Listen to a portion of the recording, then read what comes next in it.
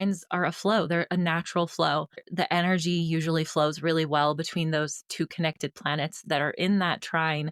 And sometimes when we have a lot of trine energy in our charts, things come so naturally to us that we take them for granted. Because then we think, oh, everybody else functions that way too. That's just normal. When in reality, there can be a real gift there. And so the challenge of a trine is like, are you going to take advantage of it or are you going to just take it for granted?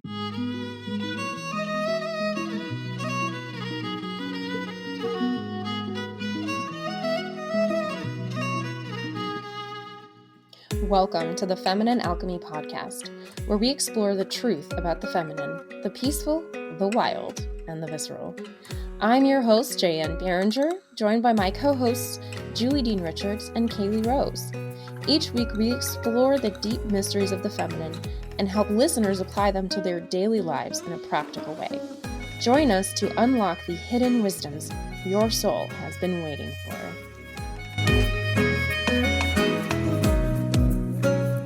Hey friends, I just wanted to jump in real quick before the episode starts and give a little caveat because in this episode, we are talking about aspects, and aspects come with a lot of numbers. So we're going to talk about a lot of numbers in this episode. And I just wanted to let you know beforehand, it is okay not to understand the numbers, not to get the numbers. We make it all make sense for you. We let you know how to do this without any numbers. And we just want to let you know we did make one tiny mistake. And in this mistake, we kept saying that trines, which is an aspect, in trines, they are 2 signs over. I say it, Jan says it. Trines are not 2 signs over. Trines are actually 3 signs over because they're 120 degrees. The easiest way to remember it is trines will always be the same element: fire to fire, water to water, air to air, earth to earth. And I just wanted to let you know we do make that mistake and we correct it later in the episode. So if you're confused, don't worry, hang tight. We make that correction. This is actually an amazing episode. We break it down to make it so easy for you. We give you so many in-depth insights and actually some really advanced astrology in this super practical way. So I hope you enjoy our very last episode of our Astrology Unlocked series. This has been more than a whole course on astrology. We hope you enjoy it, and I am so excited to see you in there. Okay, guys, enjoy the episode. Hello, and welcome to another episode of Feminine Alchemy. I am Jane, and we are chatting, not live, but we're live. Here we are. I just wanted to say live, except it's also recorded. Kaylee Rose and Julie Dean Richards are here. Say hi, ladies. Hello. Hey, everyone. We are having a great time today, especially because we're talking about something that puts all of this information together. And so it's got to be fun. It's got to be like, it's like when you are building a tent, you've got all the tent poles, and then you go, poof, it's together. That's what we're doing today. And we're talking about aspect patterns. So, but before we get started on that, we've got a fun get to know you question. It is, do you have an aspect pattern in your chart, and what is it? It was so dramatic. I just had to be so dramatic. Pause for effect. Well, Jan, do you have an aspect I pattern have in your so chart? many aspect patterns in my chart. Which one do you want to talk about? Yeah, so I have a grand trine that's also a kite. That is my biggest aspect pattern. It's a grand water trine, pretty tight at 22 degrees. And a grand trine, we'll talk about what a regular trine is, but a grand trine is where you connect all of element typically. If you're on the cusps, you kind of have like a permission slip. But mine is in water squarely at 22 degrees, and it involves my midheaven, my Jupiter, and my Venus in the 6th house, and my Jupiter's in the 2nd house. So I don't know. I'm pretty sure it has something to do with me being fabulously wealthy on spiritual gifts, but it hasn't panned out for me so far. So we'll see what happens. That's an amazing. I remember the first time you told me about that aspect pattern, and I was like, what? This is literally the most amazing grand trine there is. You're connecting the two benefics, Venus and Jupiter, in all the right places, all these lovely money places. So I love that grand trine for you. And we're going to continue to unlock it for sure. Pretty much. Yeah, that's been the tricky part is that I also have a T-square right on that Jupiter too, with my Uranus and my Sun being across the way from each other. So it's just kind of like an added flavor. Woo! Anyways, what's some aspect patterns you guys have? Well, the one thing I do want to say is if you're listening to this and you're like, this is complete gibberish to me, do not worry. In this episode, we will explain all the meanings of all these things and how to find them in your own chart. So don't worry. And if you have not listened to, this is our 6th episode or 5th episode in this series about astrology, Astrology Unlocked, please go back and listen to the other episodes if you have not caught up, if you're not familiar with astrology, even if you are, that's a really great base for what we're talking about. So I just wanted to put that plug in there. My aspect pattern is the mystic rectangle. So a mystic rectangle, we actually won't get to this one today, but oftentimes mystic rectangle means you have a message to give the world. It has lots of other meanings, but what it is it's basically lots of things in flow and the tension leaning into the flow. And so I've got Pluto in there. I've also got Venus in there. So I've got some big hitters. And I think for me, it's a lot about my ability to use my voice and use my gifts in a way that is relevant and people can understand and like making it pragmatic for sure. What about you, Kaylee? So when this question was first posed, I was like, hey, should we do this question? My brain went not to an aspect pattern, but just to a regular aspect. And then as we started the episode, I was like, okay, fine, I'll talk about an aspect pattern. And like, I do actually have a grand trine with a kite, except it's an air. And I also have a mystic rectangle, but I'm going to talk about my yod. So I have a yod. And if you don't know what a yod is, it's kind of like some people phrase it as like a tithe on your life. It's like your higher power was like, hey, when you go down there, will you do this one thing for me? And it can be very challenging and it can also be very soul developing, I guess you could say. So a yod is made up of inconjuncts, specifically quincunxes, 2 of them, and then a sextile. And so there's a lot of like potential for missteps and like things not quite flowing, things not quite making sense, things getting jammed up. The ego can get involved a lot. And some people say that yods are indicative of like a family pattern that you're being invited to disrupt and to heal. And so the apex of my yod, so like the point, a yod looks a lot like an arrow or an elongated triangle. The apex is Ceres. And Ceres is connected to mothering and to nurturing and to nourishment. And then the legs of my yod are Juno and Saturn. And I guess to shorten this up a little bit, how my yod has shown up has very much been like learning to love myself no matter what. A lot of stuff has come up around food and nourishment. A lot of stuff has come up around mothering. A lot of stuff has come up around grief over choices that my close loved ones have made, or grief over things not going the way that I had anticipated. And it's like I'm have this opportunity to learn the same lessons from every angle. And so it can be kind of frustrating sometimes, but also there's been so much richness that has come into my life through learning to work with this yod. Yods are tough ones too. That's intense. We'll talk about it later, but thanks for sharing that with us, Kaylee. Yeah. So let's start with the easy stuff. Usually people start with conjunctions because they're the most easy to conceptualize, right? So I think the place we need to start here, because if you're listening to this, it might be more difficult in an audio setting to understand what we're talking about. So what you might want to do is either pull up your chart. If you do not know where to get your chart, a good place to get your chart that's easy and simple to see, which also will make this podcast easier, is astro-charts.com. I don't love all of their calculations, but they are very beautiful to look at and they make aspects a lot easier to understand. And if you scroll down, they will actually show you the patterns in your chart, the aspect patterns. So an aspect, let's think about our circle charts. So if you have yours, you can pull it up if you can have it in your mind's eye. The hard part is, right, we're going to be talking a tiny bit of math. Don't let the math scare you. We'll make the math make sense and make it easy for you. But A circle is 360 degrees, right? And so when we have planets along that circle, those planets are going to be on a certain degree. They're going to be in a certain place along that circle. And they're also going to make angles. So think about geometry, maybe middle school geometry, how things make angles to each other. And so when we're talking about aspects, what we're really talking about is if you look at your chart, that middle part where all the lines are making those crazy lines, some are red, blue, sometimes they have different colors. That's what we're talking about. Those are the aspects. The aspects are the middle part of the chart where all those lines are, and all the aspects are angles. They're angles in between the planet. They're how far away is the planet from each other. So how far away are these planets? That's all we're talking about. So do not be scared. So Kaylee, do you want to explain what a conjunction is? Yeah, I would love to. I was trying not to choke. Needed some water really quick. But yeah, I'd love to talk about a conjunction. Conjunctions are when two planets are essentially 0 degrees away from each other. And so they're like right there with each other in the chart. And I don't know, do we want to talk a little bit about orbs right now? Yeah, I think it's safe enough to say conjunctions are when two planets are very close to each other. Yeah.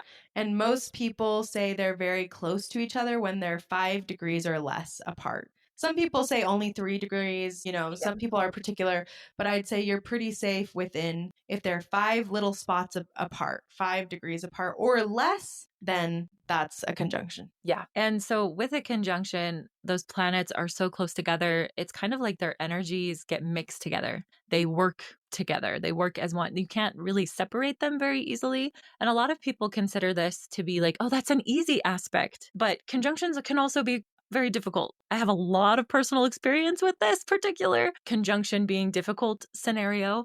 But it's conjunctions from my perspective, at least, and in my work, conjunctions are about unity or collusion. And what I mean by that is unity in that like they're on the same page, they're working together. They have a similar, I guess, goal that they're working towards. And then collusion is essentially the different parts are like, I guess, kind of misbehaving in a way that they're getting more of what they don't want. They're like bouncing off of each other, causing more pain and trauma. And that's how a conjunction can show up in a not so helpful way. There can also be kind of blind spots when you have conjunctions where, like, whatever's involved, it's like they are so accustomed to being together that they don't always see what's really going on. I always like to think of any aspect pattern. So this applies to anything. If I think about it in terms of like electricity and magnetism, I can start to get a sense of what things are doing to each other. So when we talk about orb, it's like the stronger it is, the more it's going to impact farther away, right? As far as conjunctions. And then when you are talking about like two things being snuggled up next to each other, what is their magnetism going to look like? And at the end of the day, I find that when the person has a lot of baggage with either one of those types of categories in those planets or points, then they're going to experience that conjunction as uncomfortable. But if it's already something that they're comfortable with, like I've done a lot of work around Pluto or whatever, and Pluto comes up against their moon, maybe it's not quite so uncomfortable, or maybe it's uncomfortable at first, but they find their groove. So yeah, I think that I agree. I love that. But that magnetic concept has really helped me with any aspect pattern. And so I just wanted to bring that little piece in. Yeah, I like that. I love this idea that, I mean, for me, in the simplest way, when two planets are conjunct, when they're really close together, their energies are mingling, they're coming together so that you get a little bit of both. So I see this really impact people when it's on one of their personal planets, particularly the luminaries like the sun and the moon, or the rising, which is one of your angles.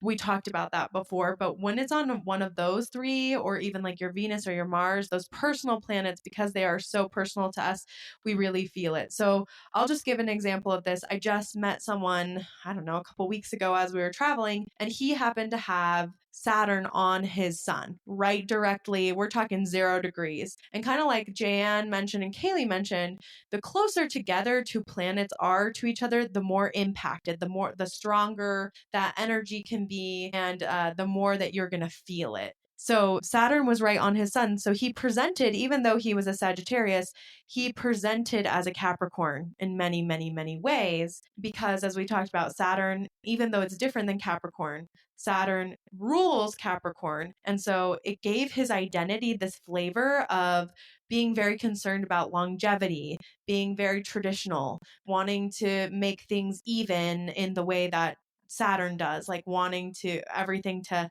come together in this way, being afraid of punishment, feeling, and like feeling restricted, like feeling like his identity was restricted because Saturn can be very restricting. And so it gave him all those things at once, and it was really connected to his identity. It also made him very wise because Saturn is a very wise planet. So, he felt that. And so for people who don't often feel like you don't feel like you're vibing with your sun sign or your moon sign, well, maybe you have a conjunction there, and that conjunction's affecting the way you feel about yourself, and you feel more akin to that planet or to the sign that that planet is in charge of. So that's just an example of the way this can work. Do either of you have examples of the way this manifests? Well, I wanted to say one thing. Sorry, I don't know if I just want to make a small distinction. When you're looking at a chart, there's one thing where you're looking at the natally having a conjunction versus transits. So we're not even talking about transits right now. We're talking about like in your actual chart. So like this person,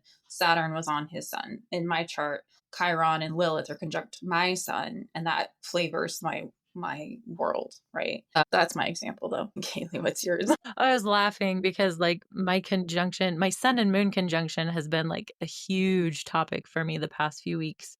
And so like I was born in the very last little bit of a balsamic moon. Most people would say I was born on the new moon. They're like my sun and moon are only like 14 arc minutes away from each other. So that's even less than like degrees. Arc minutes make up degrees. And so it's like right on top of each other. And, so not to bring in something kind of extra, but that would be Kazemi. It's this idea that like the moon is so close to the sun that instead of getting burnt up by the sun, it gets exalted by the sun and prioritized by the sun. And so for me, I've been realizing like just how much my identity is connected to how I feel. Like my emotional state so often determines whether or not I feel like I'm a good person or a terrible person or something in between. And just like, I knew that in my mind as like, oh yeah, that's a potential like interpretation of my conjunction. But just the past few weeks, it's been hitting home so much like, oh, like my emotional state is who I think I am.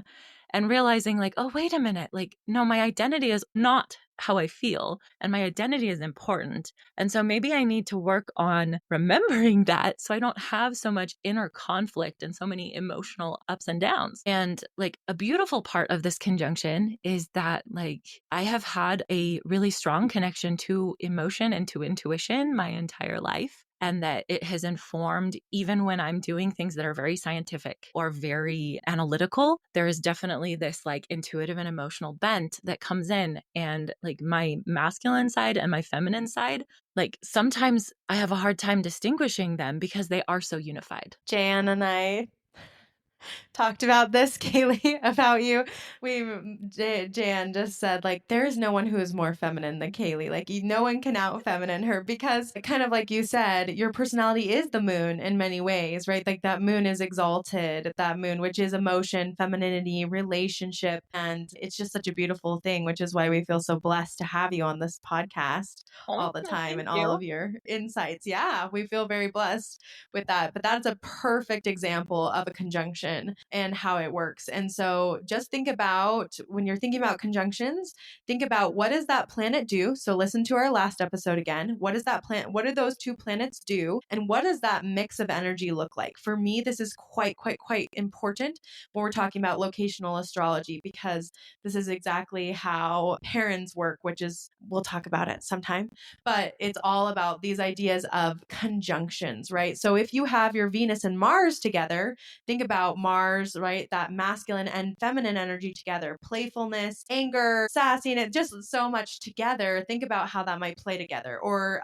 Venus and Saturn, restriction and money, right? Like those two, or restriction in relationships or mature relationships. So we just want to, when you think about a conjunction, you want to be putting the meaning of the two planets together. So from there, I guess, do you want to move on to trines, Jan, or does anyone else have something they want to say about conjunctions? I think it's time for trines. Time for trines. Okay, so when you have a trine, it is 60 degrees away from each other, right? Right, it's two signs away. It's always in the same element, and that's how I always remember it. Because 90 degrees is a square, so no, it's 120. It's 120 degrees away. Trines are a flowing angle. When they're in trine, there's ease and there's flow. So tell us more, guys, ladies, about your thoughts on trines. I have so much, but I don't want to just like say everything. So go ahead. Okay, well, I'll share a few thoughts really quickly. Exactly like you said, trines are a flow. They're a natural flow. The energy usually flows really well between those two connected planets that are in that trine. And sometimes when we have a lot of trine energy in our charts, things come so naturally to us that we take them for granted.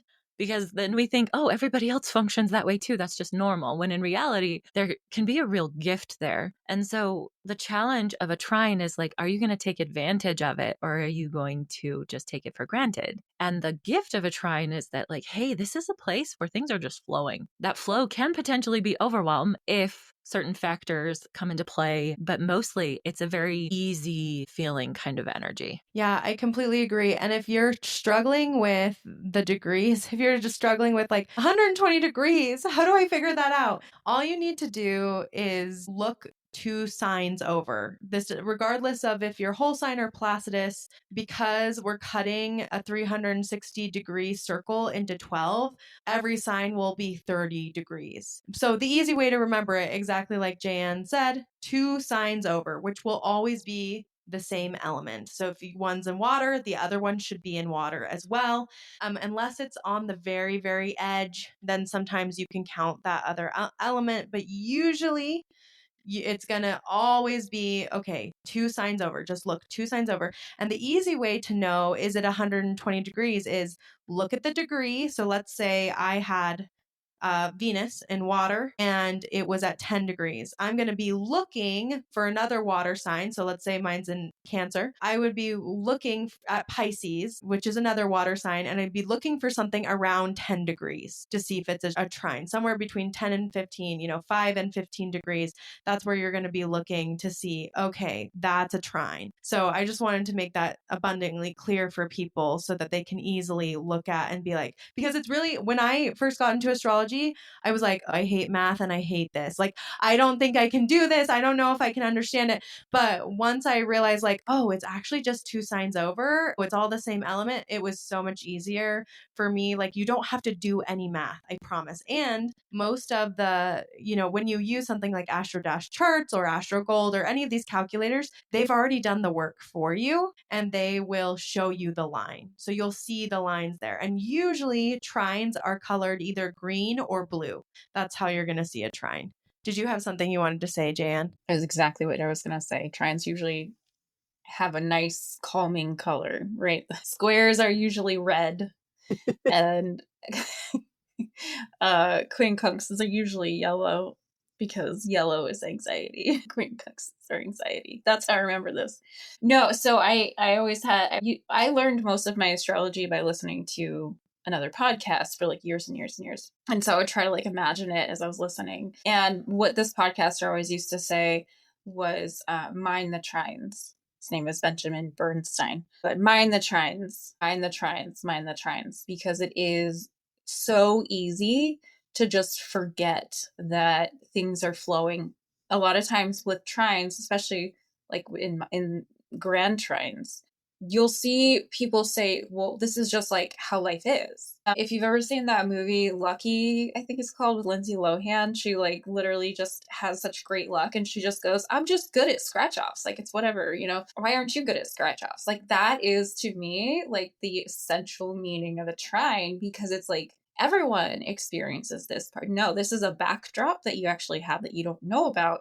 And you can use it to your advantage, or you can just continue being listless and not being aware. And what I found is that people who have almost exclusively trines, which is not common, but most people are like, oh, I just want to live a life of all trines. They struggle to know who they are because things are so backdrop, so easy. They feel like they fall into the background, and they don't know who they are, because those difficulties, those squares, which we'll talk about in a second, I guess, those squares are where we come into our own and come into our awareness of our own identity, because we overcome something. If everything's easy, it's really hard to know who you are and what's you and what's actually just like how life is. And with trines, you're going to see a lot of like, oh, this is just how life is, and you have to recognize this is not just how life is. This is great thing that this is a gift you have, and let's like honor it and revere it. So my husband is totally like that. Well, his chart, he has amazing trines. He literally has every aspect pattern there is. Like, we're talking like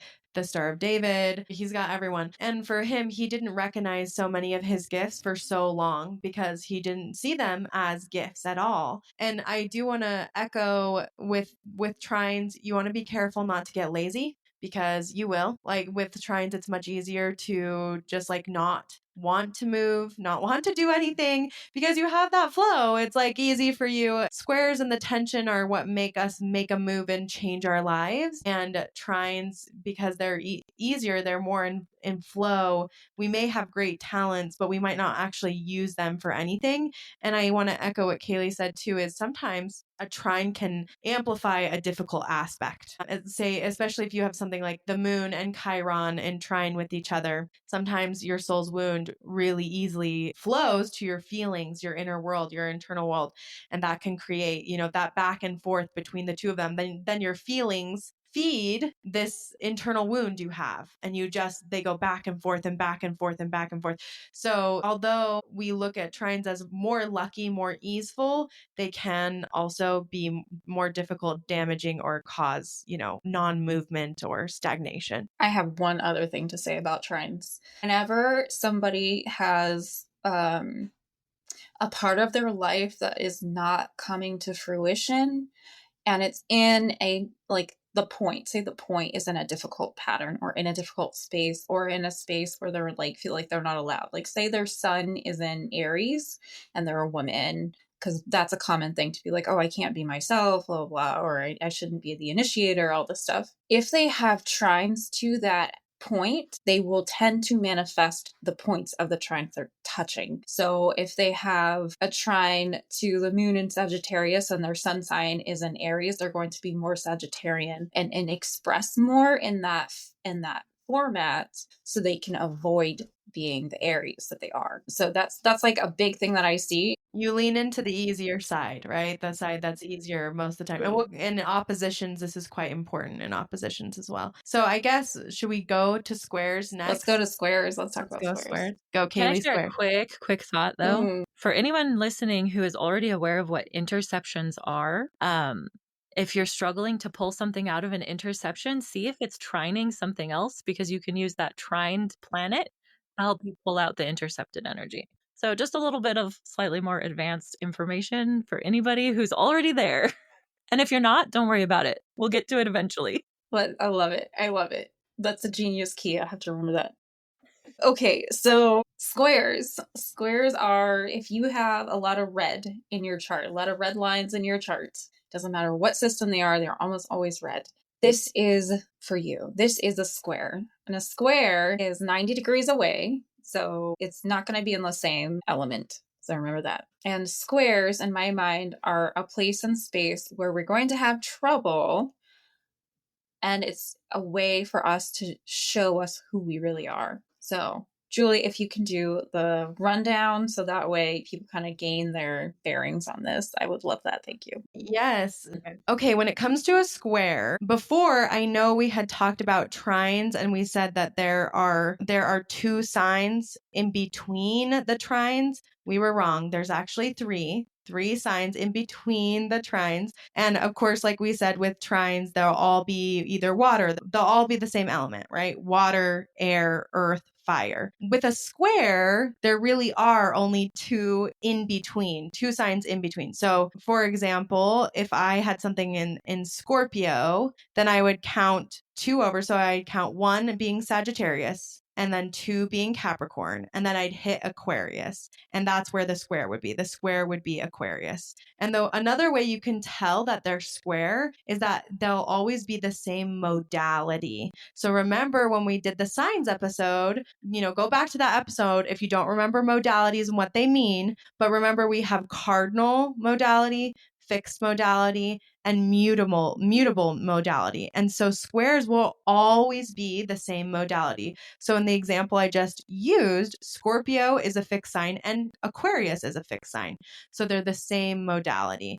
So whenever you look at them, that's a good way to figure it out. But the easiest way, Jan already stated, which is look for the red lines that are in between. And lots of times those red lines will have a tiny little square in the middle of them to tell you it's a square. And most stuff that you're going to use will also tell you it's a square. So just look for those red lines. But if you get lost, they're always the same modality, and there are always two in between them, in between the squares. So there we go. Kaylee, do you want to talk about a square? Yeah. So squares are often considered a more challenging aspect. Some people will actually go so far as to label them as bad. I don't ascribe to that at all. They are not bad. They can be challenging, but squares exist. There's tension there, and that tension exists so that you do not stagnate in an area you would potentially otherwise stagnate. They're about progression. If you don't have tension, there's no need to shift and adjust and make changes so that you can grow. And so squares can actually be incredibly beneficial, especially when you learn how to work with them. And one of the keys of working with squares is remembering they share a modality. So even though they appear so say you have a planet that, is in Scorpio, and then you have a planet that is squaring it in Aquarius, the one planet is probably going to be expressing things having to do with depth and intensity, potentially transformation, maybe wanting to keep things a little bit to yourself because it feels so vulnerable. And then the other planet's I want to go connect with all the people and I want to talk about ideas. And those two planets may seem like they're at odds and they have different values, but because they have a shared modality, they have a shared way of getting to what they want. They have a shared strategy. Are they going to start something? Are they going to maintain something? Are they going to let something go and adjust? And you can use that to help those planets get whatever it is that they value, because values are not inherently in conflict. It's the way we try to achieve or experience those values that creates the conflict. So good. So good. I love it. I have nothing further to add other than this is how you figure your stuff out and who you are. This is one of those spaces and places where you go, what am I here to learn about myself and what my values actually are? And also it's one of those very masculine spaces where you can go, this is how I proved who I did. This is my achievement. This is how I proved how I did this and who I am because of how I did this. And because of the things I've overcome, I can look at the peaks of the mountains that I've climbed and see this is the type of person I am. So squares are actually really beneficial to our internal psyche and to our ego in a lot of ways.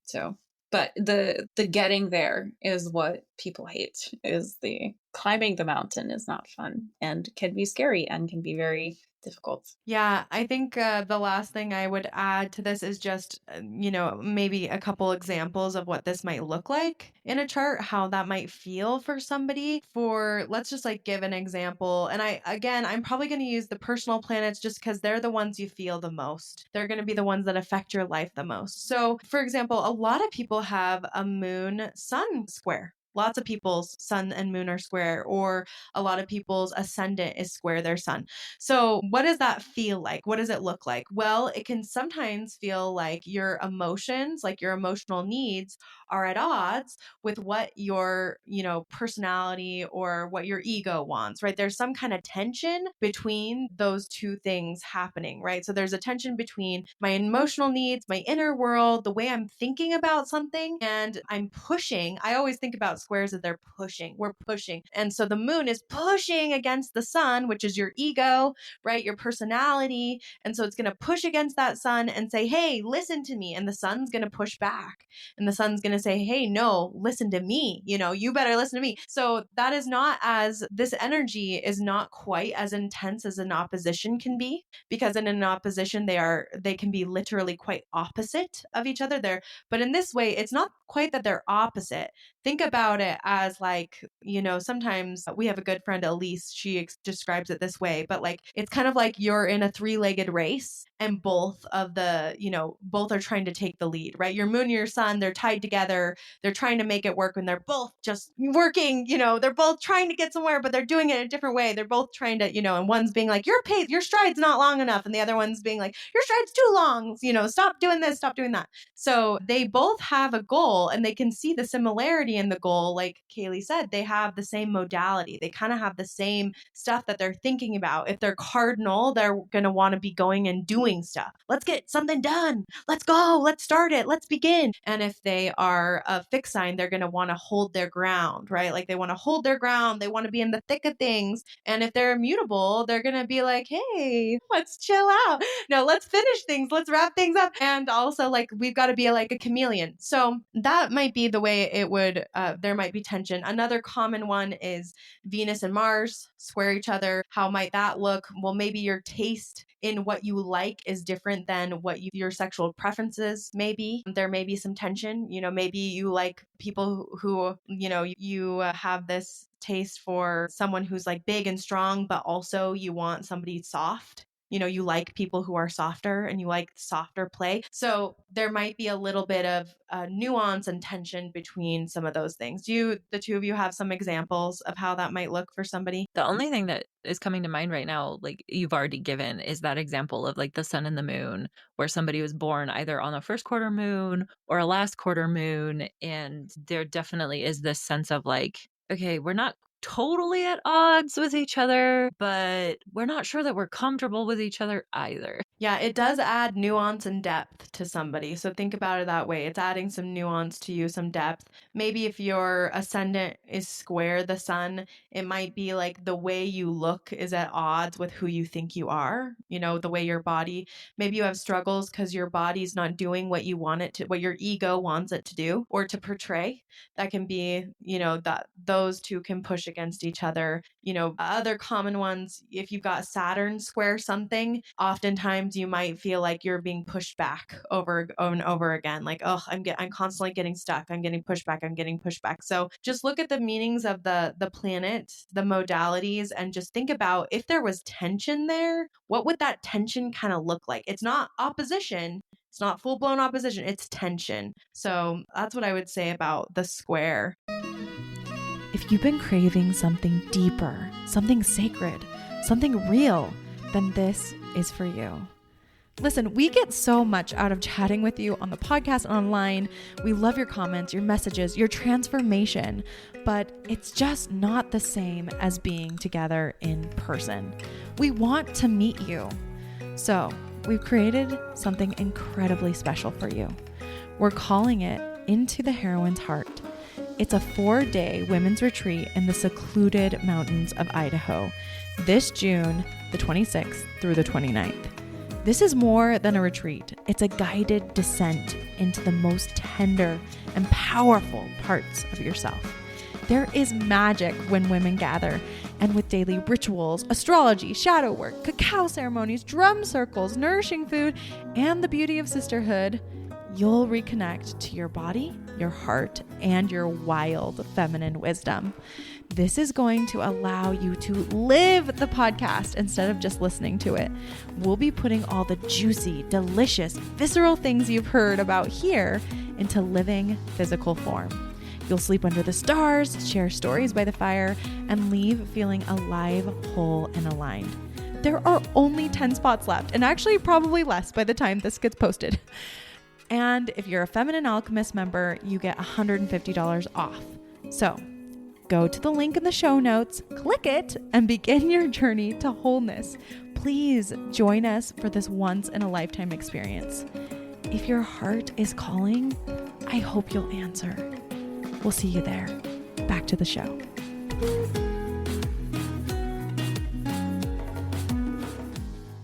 So oppositions are when two things are on the opposite side of your chart. So in the example of sun and moon, that means actually you're born in the full moon. And so then say your sun is in Cancer, your moon would then be in Capricorn. So that they're going to be on the total opposite. What the oppositions are doing is lighting up the polarity of that pole. So the Cancer Capricorn line is going to be, if that's you, that's going to be a major player in the theme of your life, is that kind of seesaw balance between those two sides of that concept. Anything else that we should say about this? Just that the oppositions sometimes, they don't always have to work against each other, but they can. The tighter the opposition, often the more they feel at odds with each other. Sometimes oppositions can feel like a seesaw. So like you either can have one or you can have the other. So for me, I am exactly what Jan described. I am a Cancer sun and I'm a Capricorn moon. And so as a full moon baby, right, I can either be in that, my moon self related to that Capricornian style of like taking charge and, trying to make things fit into the boxes and all those energies. Or I can be in my sun self, which is this more Cancer nourishing identity piece that I have. And so it can feel like an either or. I can have this or I can have that. So it's not a full opposition. It's really not, or else my life would be a lot worse. But I have my Venus and Pluto opposite each other. That can feel, Venus is about love and relationships, right? And Pluto is about change and transformation and depth. And so in something like that, a Venus versus Pluto situation, it really could feel like, oh, I can either transform and change myself, or I can be in relationship and have love and relationship. It can feel like that tension of either or. I can't have both at the same time. It can also feel like two planets are at war with each other. We talked about the Mars-Pluto opposition, right? That can cause a lot of charge because Mars really wants to fight and irritate, and Pluto wants to kill everything. I mean, not just kill, but create deep transformation. Kill and resurrect. Yes, kill and resurrect everything. So the way to find these two is literally they will be diagonal they will be right across the circle from each other. They'll always be on the opposite end because that's why they're called oppositions. Go ahead, Kaylee. Okay, I have a lot of thoughts about oppositions. So one thing is that like planets that are in opposition, they're in signs that share a polarity. So they're either positive or negative, or if you want to use different verbiage, masculine or feminine. And they're in the same modality because Cancer and Capricorn, they're both cardinal, but they are in different elements. And so even though they're in opposition, they actually have quite a bit in common. And if you work with that common ground, it does make it a little bit easier to handle that opposing kind of energy. Another thing, when we talk about opposites are not always the like good, bad type, like good, evil. They're also like masculine, feminine, light, dark. It's almost like they exist on a spectrum and they're opposite ends of the spectrum, but it's still the same spectrum. So for example, Aquarius and Leo, if you have a planet in Aquarius and a planet in Leo, there's a good chance they're in opposition. Aquarius and Leo are still this spectrum of authenticity. They're just coming at it from a different direction. And so when you have opposing planets, there is this opportunity to practice balance and to see things from both ends of the spectrum, to have perspective that you might otherwise be lacking if those planets were closer together. Yeah, they're always also going to be, for example, Earth will always be paired with water. So it's always either going to be Earth, water, or it's going to be fire, air. So it's either going to be, like Kaylee said, feminine, feminine, or masculine, masculine. And I love that you talked about that them being on the same spectrum. And the more that you learn about the spectrum, so for example, Gemini and Sagittarius, their spectrum is a lot about learning, talking, travel. Like that's their spectrum, right? Where we talked about Cancer and Capricorn, it's family and work a lot of time is that spectrum. It can be deeper than that, but just thinking about what is that spectrum that we're talking about, the dimmer switch, and what are the opposite ends and how can those ends come together? And even with like, I think it's beautiful, they're both feminine, masculine, because like water and earth, we think of, the ancients thought of those as opposite because the earth was dry and the water was wet. But it's like this spectrum of elements, right? Like earth can also be wet, water doesn't really get dry, but it does. It does turn into steam. It does get muddy. It does get muddy. Yeah, water can also get muddy. So using that to your advantage can be very helpful. And one more metaphor, I like to think of the concept of like, if you pick up a stick, you're picking up both ends of that stick. You can't pick up one end and not the other, and you can't not interact with the other side of that. So just accept the fact that you're on both sides of the stick. I love that metaphor so much. Thank you for sharing. Mm-hmm. That's my favorite. Did we sufficiently discuss that, or do we want more examples? Would that be helpful, or are we good? I think we're okay. I think for time's sake, we better go on to sextiles because we got to get to patterns. Yeah, and like just before we move on, I just want to say like if you don't pick up any other patterns from here on out, you are in a great space, right? If you got squares, if you got trines, if you got oppositions, if you have conjunctions, if those make sense to you and you learn nothing further from this specific episode, you'll be fine. Because those are the big ones to pay attention to. Now we're going to move into some subtle nuances, and if it's like this is too much, like totally good, come back to it. So, sextiles are next. What is a sextile? It's your neighbor's neighbor. That's what Jan said last time, I think. But a sextile is one over, okay? One in between. So if you happen to be in Cancer, then the sextile will be Virgo, right? Because Leo is in between Cancer and Virgo. Or the other way I could do it is Taurus, right? Taurus and Cancer, those are sextile to each other because they have Gemini in between them. So sextiles are literally that one over, one in between. And they have kind of this feeling, in my experience, of just support. There's kind of a softer support. They're not quite as flowy as trines tend to be. Usually they need some kind of trigger, something to like set them off or begin them. But they do have subtle support. They do lend a hand. And it's kind of like this energy of like, oh, you're friends with my friend, so I want to help you out, right? You're friends with my friend. Maybe I don't know you super well, but because we have a friend in common, I'm more likely to be nice to you. I'm more likely to give you opportunities. I'm more likely to listen to you. That's kind of what a sextile tends to feel like. Yeah. And with sextiles, like if you are looking for the numbers, like, okay, degrees, tell me degrees. I like the numbers. That would be 60 degrees. So there's 60 degrees away from each other.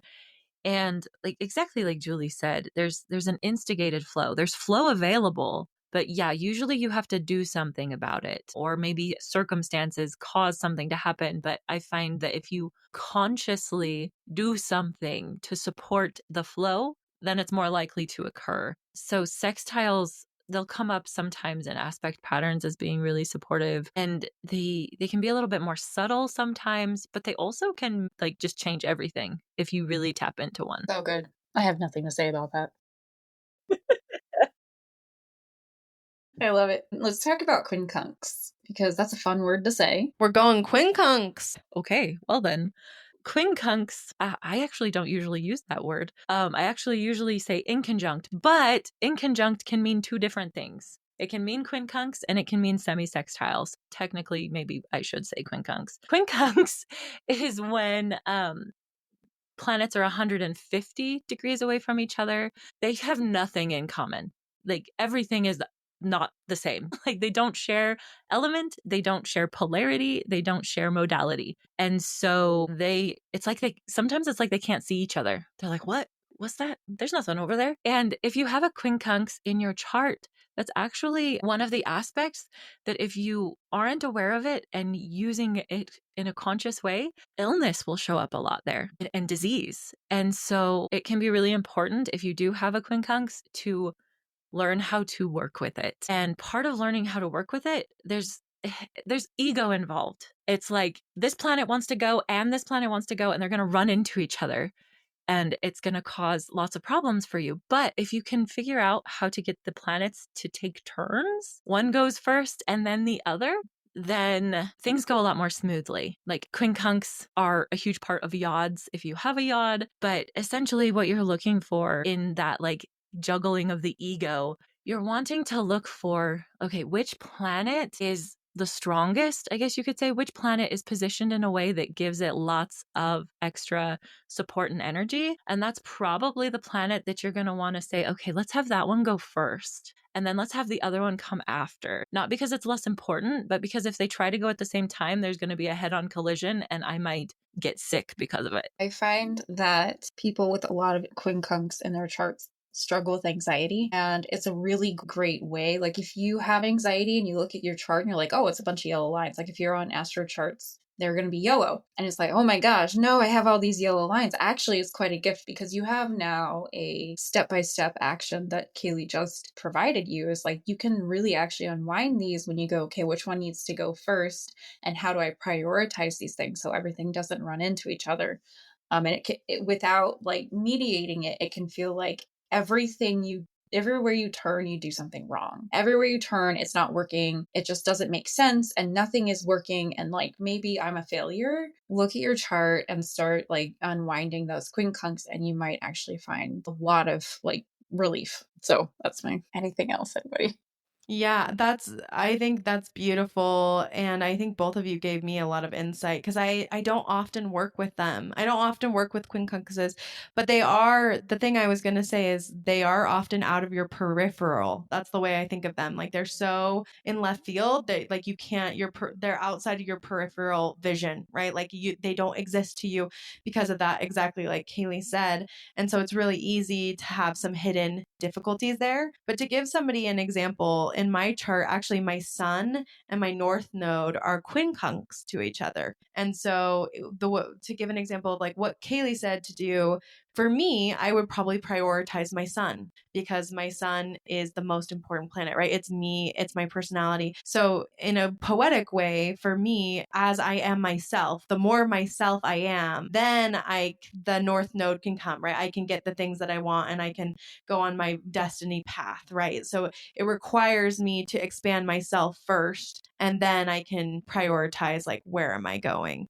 I have one question. Sometimes it's hard to know which planet is stronger. Like, for example, I have another quincunx between Uranus and my midheaven. Who's stronger, do you think? I would vote for the midheaven personally because I think it's more personal than the Uranus. Yeah, I know some people would argue it would be Uranus because it actually exists out in physical space, but it's far enough out that it's like maybe not. The midheaven is crucial. I mean, it's one of the four main angles, and so sometimes when I'm deciphering like this quincunx, who is like stronger, sometimes it's intuition. It's intuition because there are so many different things going on, like what's interacting with your midheaven, what's interacting with your Uranus that could potentially be strengthening or weakening them. Sometimes you just have to go with your gut on which needs to go first. And you can experiment. Like, for example, when you gave that your sun is quincunx, your north node, like you could experiment with trying the north node first. You could experiment with, I'm going to go serve my destiny. I'm going to go do awesome things. And then as I do that, then I'll come back to who the heck am I?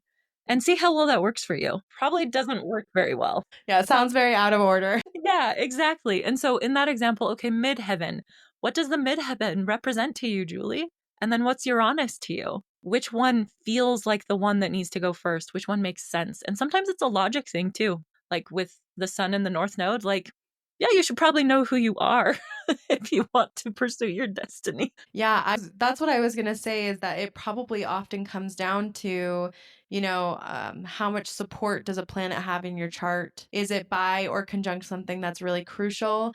Just as a layout for people listening, because sometimes it'll be between something like that, Uranus in the midheaven, or maybe it's two asteroids like Juno and Pallas or something like that.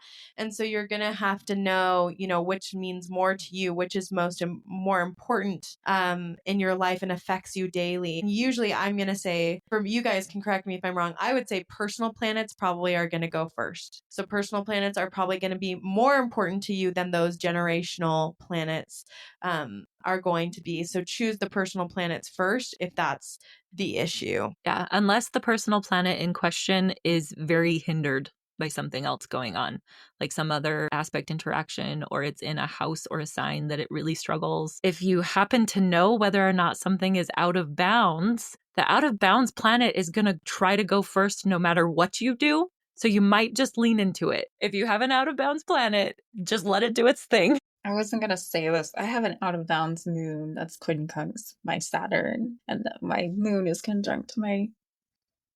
But no one talks about that. Yeah.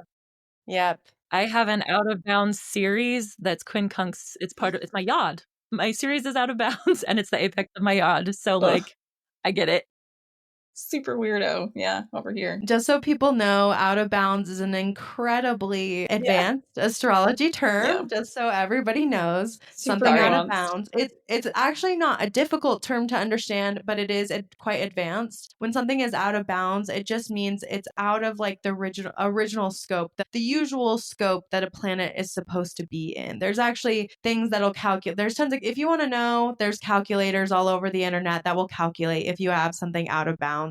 You don't need to know how or why or the what, but out of bounds planets, they tend to, because they're quote unquote out of bounds, they're like outlaws. They do their thing, right? They do whatever the crap they want to do. They make themselves the most important, or they, express incredibly strongly. So that's what out of bounds is, but we don't need to worry about that today.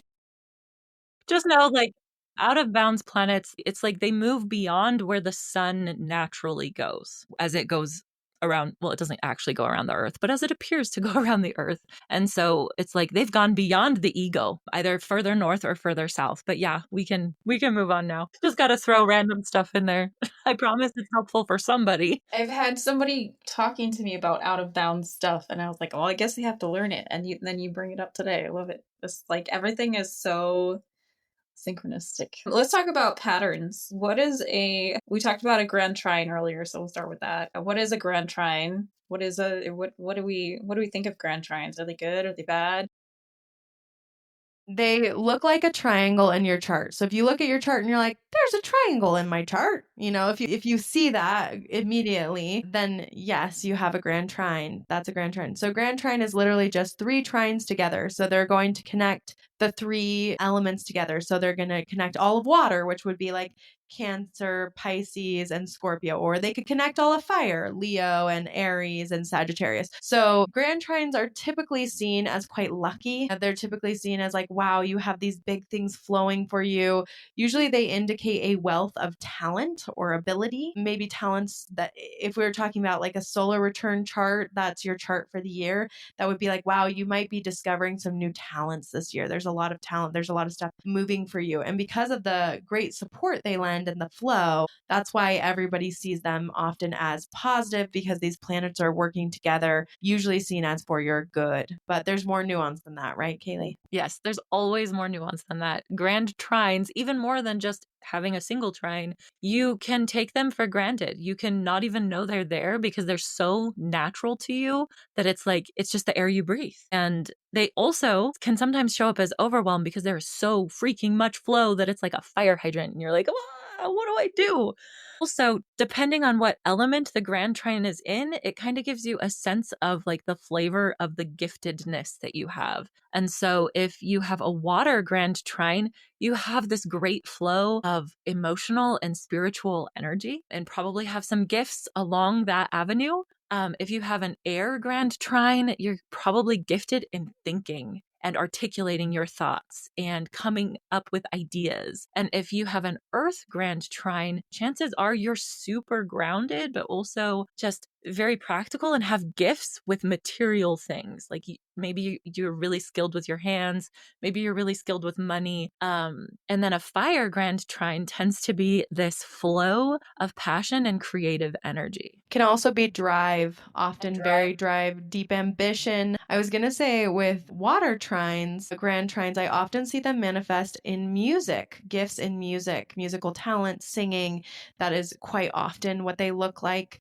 When we see air, just like Kaylee said, talents in writing, ideating, but also technology. Often people with air trines are very interested in technology and innovation and end up in that realm. Fire, like I said, drive, passion, leadership, ending up in leadership, being out there in the front. And who am I missing? And water, fire, air, earth. And earth, often that logicalness. Oftentimes these are people who are engineers. They work with their hands. They are working with the earth. Like this can be literally, very literally a green thumb. You can have a green thumb when you have an earth trine, but also this can be just, I often see with earth grand trines, a knack for designing things, designing spaces, making things look beautiful, making them come together. Also, earth grand trines tend to go towards like the medical field, working with that like physical body and hygiene and all those kinds of things. So yeah. I will say I tend not to see Earth Grand Trines because Earth Grand Trines are so pragmatic, they're not looking for an astrology session unless they have some sort of 12th house flavors going on. They're just not going to show up because they're just not looking for it. They're in the 3D world, just hanging out, making stuff. Yeah, exactly. Beautiful. Okay, let's talk about a Grand Cross. The Grand Cross. Beware the Grand Cross. Right. So Grand Crosses, coming back to what we said about squares, right?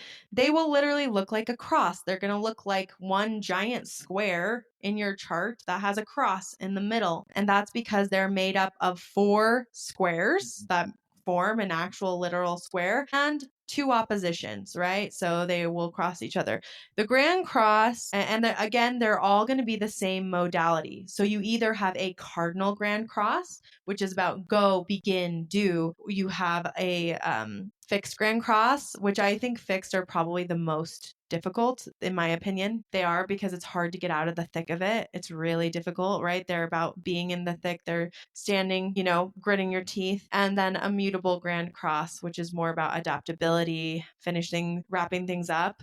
But the feeling of the Grand Cross, at least the way that I've seen it, is oftentimes a Grand Cross gives you this tenacious, like, I just have to grit my teeth and I have to do it. Like, I just have to, I have to bear it. I have to get into it. I just have to grit my teeth. I have to make things happen. It feels very like there's so much tension and I just have to go with the tension and like make the tension work, which can end up feeling like I'm stuck in a hamster wheel. The same things keep happening. The same things keep happening. Like I'm trying to deal with it and the same stuff.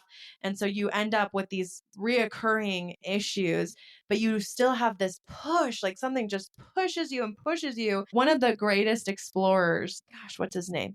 He is the first person to explore the Antarctic and to actually get there. And he had a Grand Cross, and his Grand Cross was really powerful. I think it was a fixed Grand Cross. And that's that tenacity of just, I will go to the coldest place on the planet. I have to push and push and push. So that's the way I see Grand Crosses show up often. So to echo some of what Julie just said, people who have a Grand Cross, they definitely can feel a certain stuckness, but also this determination to get unstuck. And the planets that make up these 4 corners of this cross and this square, very often, if you try to lean into one of those planets, you get like slingshotted back. Like you can't lean too far into any of them, or you just get like, sorry, you're not going anywhere. And you get pulled around a lot by the energy. And if that's incredibly frustrating and you're like, I can't handle this anymore, one way to diffuse that energy is to get centered in the middle of it. Be still and just get centered in your own being. And then you can allow the energy to flow towards you and lift you up out of the tension instead of you trying to dismantle the tension by throwing yourself at walls. And for somebody who has a Grand Cross, the concept of being still and getting centered is like, what? Excuse me? I just feel this drive to do the things. But no, actually, like, to do the things, you need to not do the things. As much of a conundrum as that seems like, the not doing and the being still, and like if you're religious, that phrase, like, be still and know that I am God, be still and know that the universe has your back, that's how you dismantle the intense tension of a grand cross. When you guys are calculating things, and you're taking in the nodes into account, do you count the south node as being part of that? Like, is that a point? That's just my curiosity, because it's like, oh, it's always going to be on the opposite side from the north node. So it's like, okay, everyone has like a higher propensity for a grand cross. But do you count that or do you not count that? Well, oftentimes when people say they have a grand cross, the grand cross is the midheaven and the IC, and then the north node and the south node, which will, or like the ascendant and the descendant. And So, like, stuff I that's always that way. yeah, the Mhm. stuff that's always that way. I don't count that as a grand cross. The cross, it's really important to me that the cross has all the parts, meaning it's not just two oppositions, but it has all the squares, and it also needs to be tight enough, meaning the degrees are quite close to each other. I've seen lots of people have almost grand crosses. Oh, you've almost, there, or a loose grand cross, which I honestly manifest quite differently than a true grand cross, in my opinion. And so I don't tend to, unless something is conjunct the north node, or unless like that north node and south node are quite aspected, I don't tend to include them in my calculation. Yeah, everything that Julie just said, like, makes a lot of sense to me, and I'm not going to argue with somebody about the energy they're experiencing. And so I will say to somebody, if you feel it, it's there somehow. If you feel this energy, it's there. And so maybe it's a loose whatever, but somehow you're experiencing it anyway. Like, maybe your birth time is actually off slightly, and maybe it's actually tight if you had the correct birth time. Or maybe there's a transit in motion that has caused something to feel like that. But if you feel it, you feel it. And no amount of me telling you, well, that's technically not whatever, is going to change the fact that you feel what you feel. So work with the energy that exists, even if it doesn't show up obviously in the chart, is kind of my philosophy. I totally agree with Kaylee. And one thing I wanted to say is, and not in like a scary way or anything like that, but like pay attention. This is part of the reason I think like astrology is so important and beautiful, because it allows us to really get to know each other and understand that energy. And just like Kaylee said, with the Grand Cross, you want to either lean into all the energies at once, which really requires what Kaylee said, which is being still in the middle, right? Like you want to lean into the earth, water, fire, like all the four elements at once to like help you, which is really is being still. But I have seen, grand crosses, as much as they can help us to do great things, because they do give people drive, just like a lot of people who do great things often have grand crosses, like that explorer I talked about, or people who later, rule countries and lead things. Like oftentimes that comes from this place of pushing with that grand cross, having to push and having that drive, because grand crosses give you a great amount of drive and wanting to move, like wanting to make things move. It's that trying to get unstuck that Kaylee was talking about.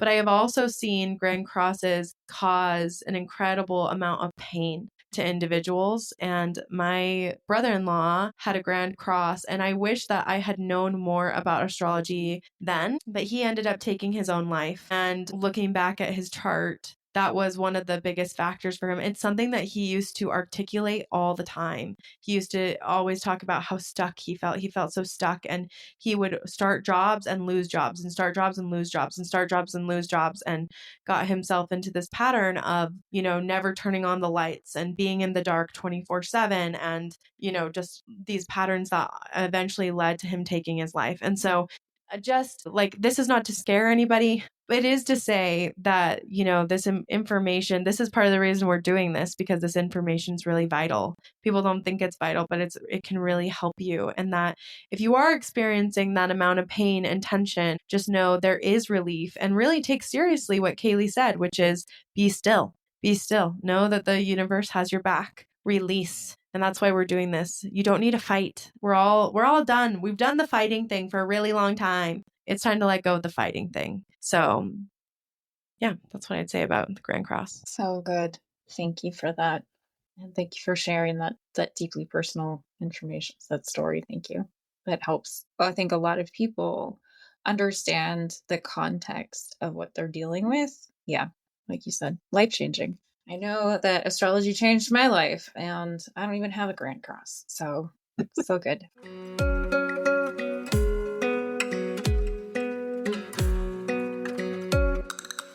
Hey friends, it's Jayanne here. If you have been feeling really stressed out about the world lately, you are not alone. There's been enough crazy and fear flying around the internet that even I've been knocked off my rocker sometimes. But it's times like these that I'm really grateful for the tools I have to regulate my nervous system. I developed these tools for myself when I was going through the thick of it. My babies were young and I had a ton of repressed anger. And these tools helped me through other stressful times, including negotiating my own divorce, having difficult money conversations, and of course, the whole COVID experience. And I've put all these tools in a method I call the Authentic Self-Care Method. This is different than other self-care programs because it is a framework for you to find your special sauce when it comes to self-care. And let me tell you a secret. Step 1 is not take a bath, get a haircut, or go to the gym. Step 1 is regulate your nervous system. And that's exactly what we do inside the 3-in-1 membership. This powerful program includes focused journals and meditations you can do in just a few minutes, like the fight or flight session, the hippocampus session, which rewrites your ability to see new possibilities, and the vagus nerve session, which helps you regulate your whole body in a crisis. Using these tools, members have reported feeling more empowered, more expansive, and many experience relief from actual physical pain, all for less than $2 a day. So join the 3-in-1 membership now so you can learn these tools today. The world is not going to become less crazy. The only thing you can control is how you respond to it. The 3-in-1 membership will help you do that, so click the link in the show notes to enroll today.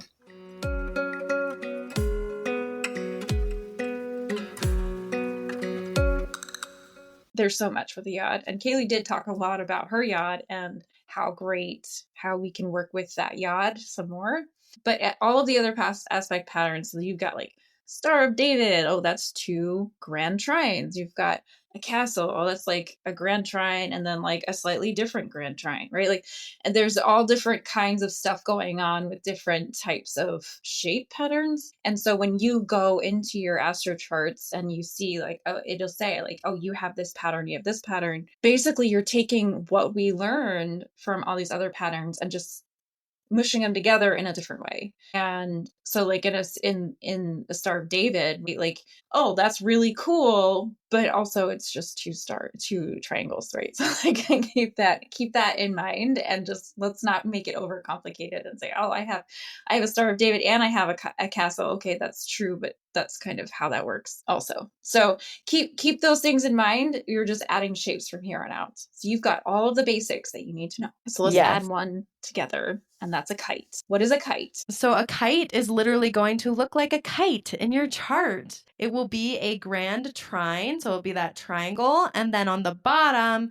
it will have 2 sextiles and an opposition, which make it a kite. So the kite's actually quite easy. I love working with kites, but the kite is all about, let's take all that talent from the grand trine. Let's take everything from the grand trine and let's use it in a really practical way, right? Like let's make it work for us. Let's make it do something. And so for someone who has a kite, it's not enough to be good at stuff. Like it's not enough to have the talents. It's I have to use that talent for something useful and practical as to change people's lives. So we see this often. And I will say the downside of a kite, it is quite useful because it makes your talents useful. It kind of gets rid of the difficulties that we talk about with the grand trine a little bit of, overlooking because you want to harness, right? You want to harness something. But I will say one of the downsides can be of the kite is controlling. wanting to control, having to have control, wanting things to be this way. I want it to be this way. I want it to work like this, and I want it to look like this, particularly in those. So one good example of this is many like lead singers, or if you're being in charge of a band, oftentimes that lead singer, I'm thinking of like a famous one in particular, will have a kite. And that person will have, be like, no, I want the music like this. And oftentimes that's like a water trine, right? And they'll say, I want the music like this. I want the music to look like this. This has to be the best. We have to be the best. Or like Michael Jordan, right? Michael Jordan was notorious. He's amazing, right? He's the best, basketball player, but notorious for controlling his team and saying like, we have to play basketball like this. We have to make it happen like this. So that can be a downside of a kite. Other thoughts about the kite? Just that extra point that has the sextiles and the opposition. It's like you said, it grounds the energy so you can fly. So with a kite, if you don't have a string that's firmly grounded, like your kite's not actually going to do much except get destroyed or do nothing. And so, yeah, that energy, it can be a very focusing energy, but yeah, it can focus to the point of like overpowering, like Julie was saying. So I have a kite. I have the grand water trine, and then I have Mars on the other side of my Venus in Capricorn in the 12th house. And so it's very interesting, everything that you're saying. It is a grand water trine, and I don't know anything about music. I'm very bad at all music, but here we are podcasting, right? And I'm sort of running the show, but everybody runs the show together. It was just really funny. It was really funny. It's Mars. Because your like intuitive gifts have nothing to do with a water trine. Like what? Nothing To do with it. Nothing to do with it. That's true. It's so fun. Or everything, rather. Well, that Mars in the 12th too, right? It can be hidden from you. It can be hidden from you, Yeah. the way that this kite is manifesting. And I think like what Kaylee said is quite important is whatever you really want to look at. One, where is the kite pointing? So where's the tip of the kite and where's the anchor of the kite? And making sure that those energies are grounded and like what wants to take control, you'll see between those two planets, the two points, the two tips. Love it. I love it. I was laughing when you were describing the kite, Julie, because like I said earlier, I have a kite too. Like I have an air trine and Pallas and Aries grounding it. Like as you were talking, I was like, oh my gosh, why has it never dawned on me? Like that is, yes, I live that. Like, and some people would argue that I don't have that because one of the points involved is my Black Moon Lilith. So some people would say, it's a mathematical point, throw it out. But in my research on Black Moon Lilith, no, do not throw out Black Moon Lilith. And so like my air trine is Black Moon Lilith in Libra and Ceres in Gemini and my Mercury in Aquarius. And then it's grounded in Pallas and Aries. And then it's in the 5th house. And I'm looking at all of that. And I'm like, well, no wonder I homeschool my kids. I'm like, society is not going to do it. I'm going to do it. And I'm going to do it right because society's doing it wrong. Like that's that whole kite right there. Well, the way you love information to be disseminated is very particular. You have this way of like you want it to, come about and the feelings that you want with it and how the information is and where it comes from. And so I feel like that's like it's very truly that air kite. The other thing I wanted to say is like if you throw out Black Moon Lilith, she will throw you out. So that's for sure. She will throw you out. Love it. Oh, it's so good. So good. I think we could talk about this for all of eternity because that's what we do all day, every day anyways. Because, yeah, you guys got a little snapshot into our lives over the last several weeks of this series. And you've had the opportunity to be like, what are these people doing in an astrology session? What are their minds saying? What is happening behind the scenes? Well, this is it. This is what's happening behind the scenes. This is how we do astrology. This is how we do it. I'm old. It's fine. So, what else? What else do you guys want to tell everybody? Because I feel like there's some small amount of wisdom that we need to start talking about here. I don't know why. but there is. Now that we've gone back and talked about all the other aspects, you might want to re-listen to the beginning where we were describing each of our own aspect patterns, but especially that one that Kaylee described about the yod, because we're not going to be able to get to it today. But that yod being kind of like the finger of God pointing right at something in your life that you've got to work through, that you're here to change. And these things, I guess the only wisdom I want to give is, I don't know. I have a lot of things I want to say. I think one is I hope that during this 6-part series, you've been able to understand the depth of astrology, that it's more than, oh, here's your horoscope, here's what's going on for you. It's much, much deeper. It's more layered. It's more complex. As you could hear as we were talking, there's stuff we have not talked. There's literally, we could do episodes and episodes and episodes of more and more and more and more. And maybe we will over time. We might give you guys a little bit of a break before we do that. But it's incredibly layered and deep. And so I hope that you will give it a chance and explore it. Explore it yourself, and also choose a guide to help you explore that. That doesn't necessarily have to be a class. It could be a session. It could be listening to these episodes multiple times, asking questions. Remember, you have the power to email us and text us. So send us your questions. We love to answer them. Find us on Instagram and Facebook. We would love to help you out, and we love looking at charts. We love talking about astrology, and maybe your question will make it into an episode later if you send it our way. But just know that this can really help you. I think I want to reiterate what I said before. This is both an art and a science, but it is incredibly practical for your life. That self-discovery could save your life, could help you in so many ways. And I've seen it change people's lives and help them to choose the path and to let go of fears, to do what they really want to do, and to be validating in, oh my gosh, this is who I am. This is who I thought I was. But then everyone told me different, but this is who I am, and discovering new pieces of yourself. So I hope that you will take the time, re-listen to the episodes, get your grounding, and just practice. My husband says this all the time. He's like, the reason that Julie is good at astrology is because she reads every single person's chart who she comes in contact with. And she's been doing that since day one. Like, since she didn't even know what she was talking about, she's been doing it. So if you do that, you will be successful, and you can become an incredible astrologer for yourself or for other people, or both. Before you move on, Julie, I want everyone to know just like a little snippet right now of your approach to astrology when you're in a reading. Because by now, if people are like, I love these episodes, it is so much though, and I don't want to learn it all, I want to work with somebody. Can you just give a little snippet of what your approach is? And then Kaylee, when I ask you the next question, can you do that too? Oh, yeah. Sorry, you're probably sick of hearing from me. I am, as you can guess, my chart is very earth heavy. So my approach is often very pragmatic. I really like to set up the reading in a way that you understand what we're looking at. You can get something out of it. I give you some pieces so that you can be oriented to the chart first. And then I really love to, like most people, depending on what you ask of me, because I think astrology, it works so well with questions. So well, if you come with questions and intention, man, it will do wonders for you. But if someone does not have an intention or questions, then I like to start with their big three, because it sets our stage.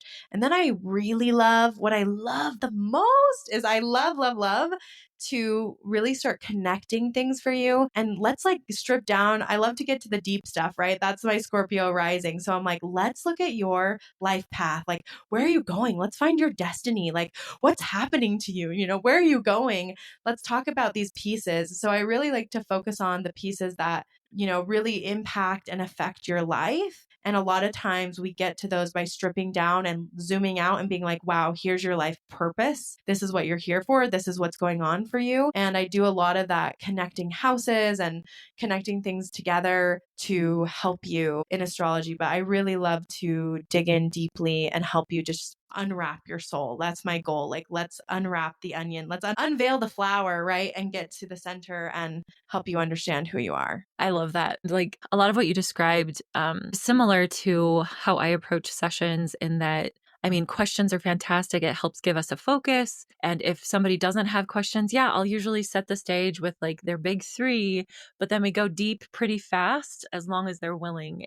what I really most love to focus on is like masculine and feminine energy and wounding and power and how it's showing up in the chart and how to heal that and how to harness that. And so that does touch on life path. That does touch on the feminine power line. That does touch on, it can touch on anything in the chart. Like it just depends on that individual person. And for me as an astrologer, it's incredibly important to always go back to the person's lived experience, because an astrology reading with just the chart is kind of dead. Like your experience has to inform things. It's this marriage that then makes it practical and usable for you. And yeah, a lot of what I focus on does tend to be a little bit more like emotional and spiritual healing oriented rather than like, what's my career gonna be? But I can take it that direction if somebody wants to go that way. It's just not my favorite place to go. So my approach is I'm primarily a healer, right? So I'm a healer first, and everything I do with astrology informs that. My priority is to, like, the stuff that you guys do is cool in my world. If I were to just like read somebody's chart, it's like astrological voyeurism. Like, why do we care? What are we doing? And the questions are the only thing that matter in my mind. Is like, what are you struggling with? What are you having problems with? And then let's work with the planets that represent those problems to unwind, so you no longer have this tension that's causing you all these issues and headache. Let's fix that, right? And then let's recreate a new world for you using the stuff you're already given. So that's my general approach. I know that you guys also do a lot of that too, but generally speaking, like that's why in all of these sessions, I'm like, I don't have a chart in front of me to be talking about. So it's way different when I'm in session versus like speaking theoretically, because I throw most of the theory out of the window when I'm doing a session, and I just use the chart as a talking point to do the intuitive healing work. So anyhow, that's what I do. Wait, you mean like you have a water grand trine and it's actually a kite and like that's what happens and you're, oh, you mean that thing? And I throw the whole And earth-based you concept theories out. Yes. and you like to do things a particular way to amplify that? That's so interesting. I never would have guessed. I love this. Okay. All of our links are in the show notes. Kaylee, do you have any last words of wisdom? Because I asked Julie for some wisdom and I did not ask you. So do you have any last words of wisdom before we sign off here? The only thing that's coming up is just this idea that, like, so often people don't want to approach astrology because they're like, I don't want somebody else telling me who I am.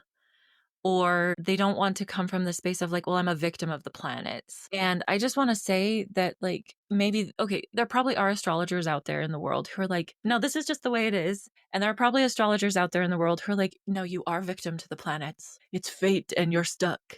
But that it does not have to be viewed that way. Astrology can be this incredible tool for you to have a starting point to check in with your own inner knowing. Also, like, there are circumstances in your life that chances are you won't be able to change. That's just kind of how life works. There are some things that it's like, okay, you were born in this certain way. Like, you can't change the fact that you were born by C-section. Like, you can't change the fact that, like, you were born in a certain order. There are things in your life that you can't change, but you always have a choice in how you respond. And that is the most powerful way of utilizing astrology, is like, okay, how am I bringing my agency to the patterns that are around me and inside of me? How am I using my power of choice and my intentionality and my conscious awareness to interact with the unconscious things and the things that are beyond me? So if you felt turned off at all by astrology for any reason, I hope that some of what I just said might help you recognize that astrology maybe isn't what you thought it was. I'm going to leave you all with that. Astrology maybe isn't what you thought it was. And I hope we prove that to you over 6 episodes of gloriousness. Well, thank you guys so much for hanging out today. And thank you, all of you, everybody, for listening. And we love you guys so much. And have a wonderful day. Thanks so much for listening. I hope you enjoyed this episode as much as we did. Please make sure to give us a 5-star rating wherever you are listening and share with someone you know. See you next week.